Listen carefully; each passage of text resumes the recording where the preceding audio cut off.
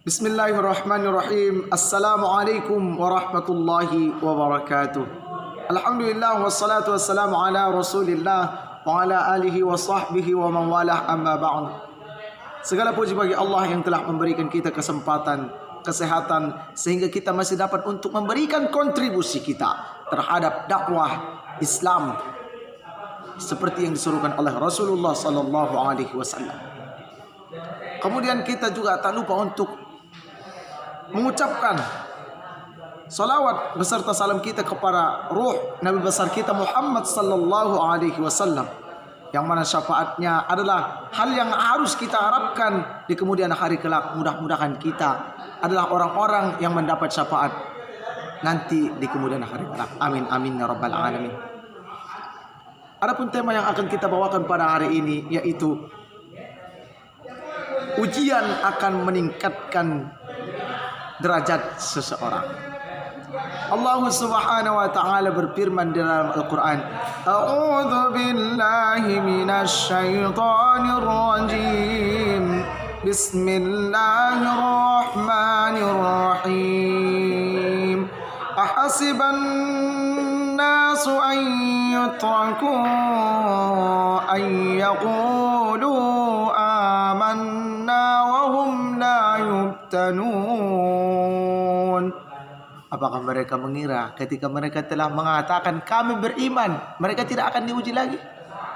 Allah Subhanahu wa taala, ketika kita sebagai seorang mukmin, ketika kita sebagai seorang muslim telah mengatakan kita beriman kepada Allah, kita pasti akan diberikan ujian oleh Allah Subhanahu wa taala.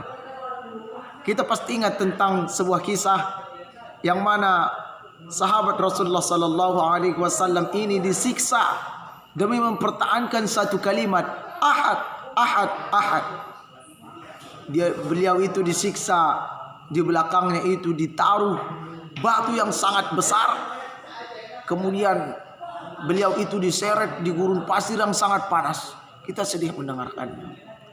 Tapi satu hal yang harus kita senang untuk mendengar beliau itu, yaitu azannya sangat merdu. Sahabat-sahabat kami dimanapun berada, mungkin ketika beliau melantunkan azan di zaman kita, kita akan menangis dan meleleh.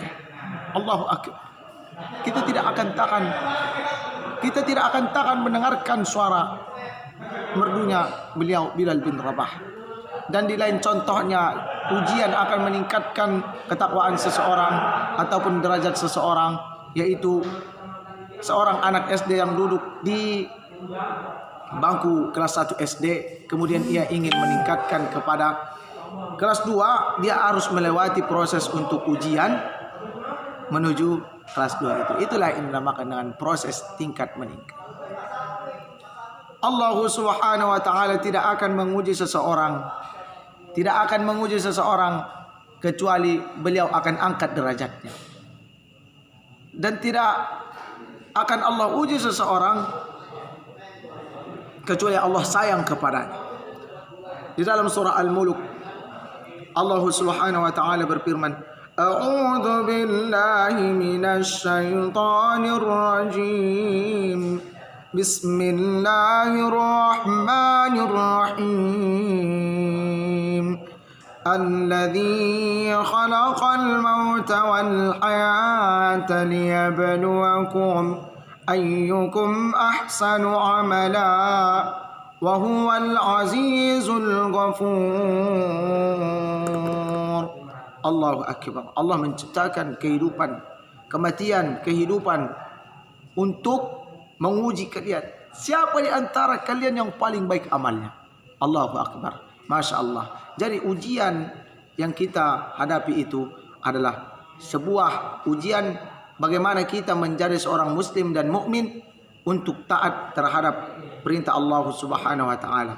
Taat terhadap perintah Allah Subhanahu wa taala adalah suatu ujian. Maka layaknya lah kita untuk selalu taat terhadap perintah Allah Subhanahu wa taala, begitu juga dengan Rasulnya. Allahu akbar. Segala puji bagi Allah. Wallahu a'lam bissawab. Wabillahi taufiq wal hidayah wa ridha wal inayah. Wassalamu alaikum warahmatullahi wabarakatuh.